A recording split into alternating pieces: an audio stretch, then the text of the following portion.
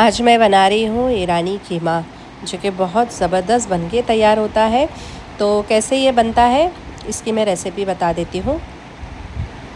अस्सलाम वालेकुम। तो कैसे हैं आप सब? आप सभी का स्वागत है आयशा जायका किचन की दुनिया में। आज मैं बनाने वाली हूँ ईरानी कीमा, वो भी मेरे स्टाइल में। ये मैंने पाव किलो कीमा ले ली हूँ। तो सब में पहले इसको हम बॉईल कर लेंगे। यहाँ पर अभी मैंने कुकर ले ली। अब कुकर में मैं ये सारा कीमा इसमें डाल दूँगी। तो यहाँ पर मैं अभी इसमें डाल रही हूँ 1 चम्मच अदरक लहसुन का पेस्ट डाल देंगे।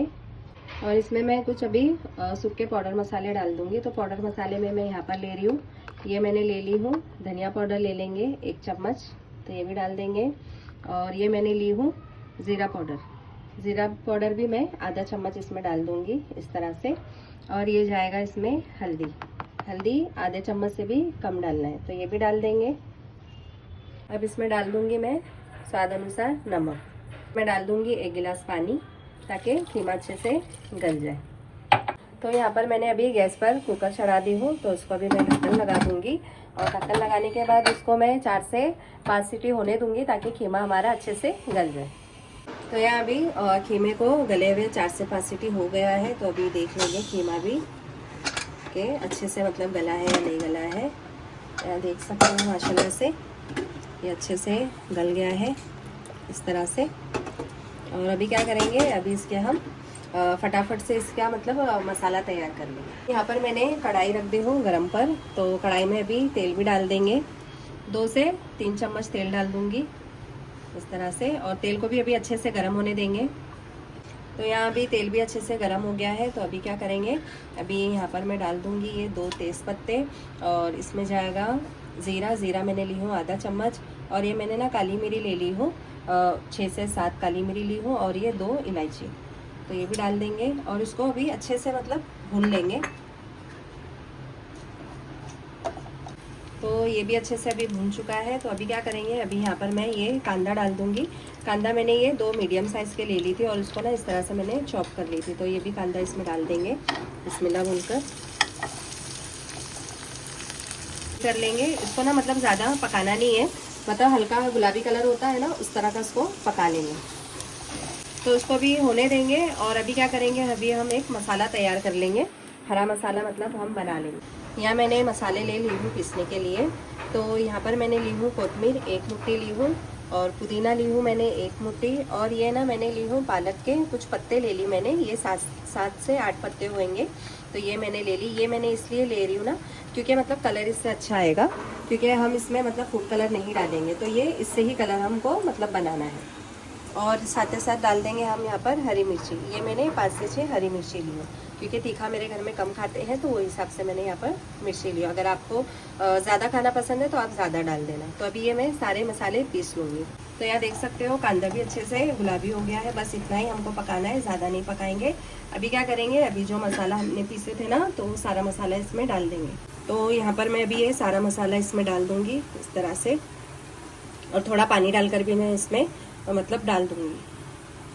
तो यहाँ पर मैंने मसालों को भी मतलब अच्छे से भून लेना है इस तरह से, अच्छे से मतलब 1 से 2 मिनट तक के भून लेंगे। तो यहाँ देख सकते हो मसाला भी अच्छे से यहाँ पर भून गया है। तो अभी क्या करेंगे, अभी यहाँ पर मैं ले रही हूँ ये कसूरी मेथी ले ली मैंने, ये मैंने 1 चम्मच ली हूँ। तो ये भी इसमें डाल देंगे। इससे भी क्या होता है ना, फ्लेवर बहुत अच्छा आता है कीमे में। और इसको भी डालकर मैं अभी अच्छे से भून लूँगी। मैंने कसूरी मेथी भी डालकर अच्छे से भून ली हूँ, देख सकते हैं आप लोग। अभी क्या करेंगे, अभी इसमें मैं डाल दूँगी ये हरे वटाने डाल देंगे, यानी मटर। ये मैं 1 कटोरी ले रही हूँ, तो ये भी डाल देंगे, ताकि मटर भी हमारे मसाले में अच्छे से पक जाए इस तरह से। तो इसको भी डालकर मैं अच्छे से मतलब पका लूँगी 2 से 3 मिनट तक। इसको मैं अभी ढक के रख दूँगी, ताकि वटाने अच्छे से पक जाए।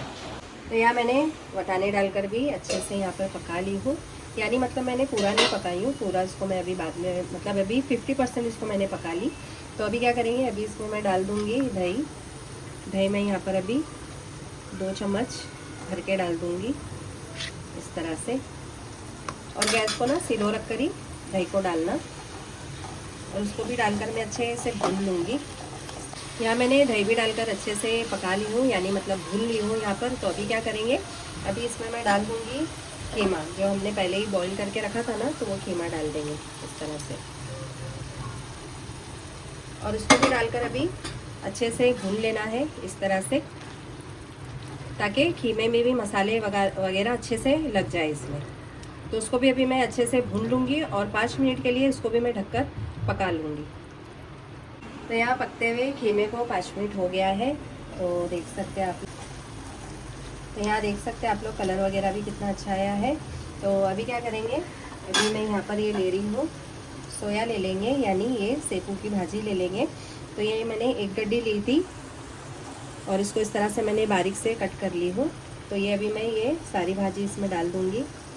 अब सोया नहीं डालेंगे तो कीमे में मज़ा ही नहीं आएगा ये ईरानी कीमे में। तो ये सेपू की भाजी डालना ज़रूरी है। भी डालकर अभी अच्छे से मैं भून लूँगी, पका लूँगी। और भाजी को पकने के लिए ज़्यादा टाइम नहीं लगेगा, तो उसको भी मैं 2 मिनट अच्छे से पका लेती हूँ। तो यहाँ मैंने भाजी भी डालकर अच्छे से पका ली हूँ, देख सकते हैं आप लोग। और यहाँ पर भाजी भी अच्छे से पक गई है और कीमा भी अच्छे से यहाँ पर पक चुका है और वटाने भी ना अच्छे से यहाँ पर गल गए हैं। बताती हूँ मैं आप लोगों को, ये देख सकते हैं आप लोग, वटाना भी अच्छे से यहाँ पर गल गया है। तो ये हमारा ईरानी कीमा बनकर तैयार हो गया है।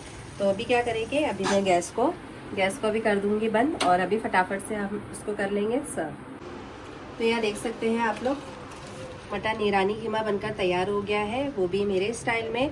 तो कैसी लगी गाइस आप लोगों को मेरी ये रेसिपी, कमेंट में मुझे ज़रूर बताना। और आप लोग भी एक बार ज़रूर से ट्राई करना।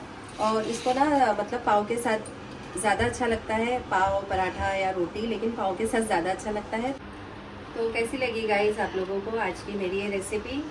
और मेरे चैनल को लाइक शेयर सब्सक्राइब करना मत भूलना। फिर मिलती हूँ मैं नेक्स्ट वीडियो में। अल्लाह हाफिज़ और दुआओं में याद रखना।